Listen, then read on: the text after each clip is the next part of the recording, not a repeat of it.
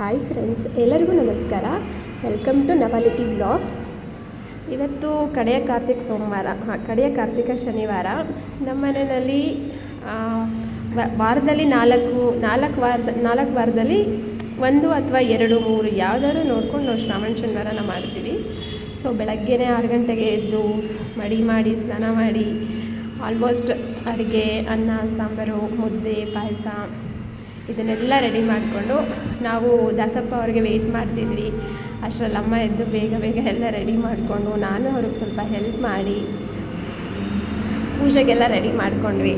ಆಮೇಲೆ ಒಂದು 10:30 10:45 ಅಷ್ಟರಲ್ಲಿ ಅವ್ರು ದಾಸಪ್ಪ ಅವರು ಬಂದರು, ಪೂಜೆಗೆ ರೆಡಿ ಮಾಡಿದ್ರು.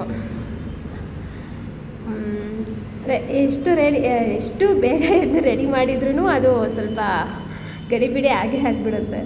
ಅದೇ ರೀತಿ ಎಲ್ಲ ರೆಡಿ ಮಾಡ್ಕೊಂಡು ಅವ್ರು ಆರಾಮಾಗಿ ಬಂದು ಪೂಜೆ ಮಾಡಿ ಅವರ ಏನಿದೆ ಅದೇ ಶಾಸ್ತ್ರ ಅದನ್ನು ಮಾಡಿ, ಆಮೇಲೆ ಸ್ವಾಮಿಗೆ ಎಡೆ ಪ್ರಸಾದನ ನಾವು ಎಡೆ ಇಡ್ತೀವಿ.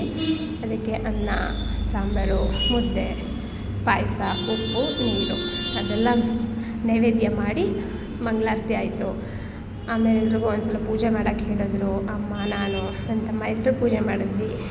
ಮಾಡಿರೋ ಐಟಮ್ನ ಸ್ವಲ್ಪ ಲಾಸ್ಟಲ್ಲಿ ಬಂದಿದೆ.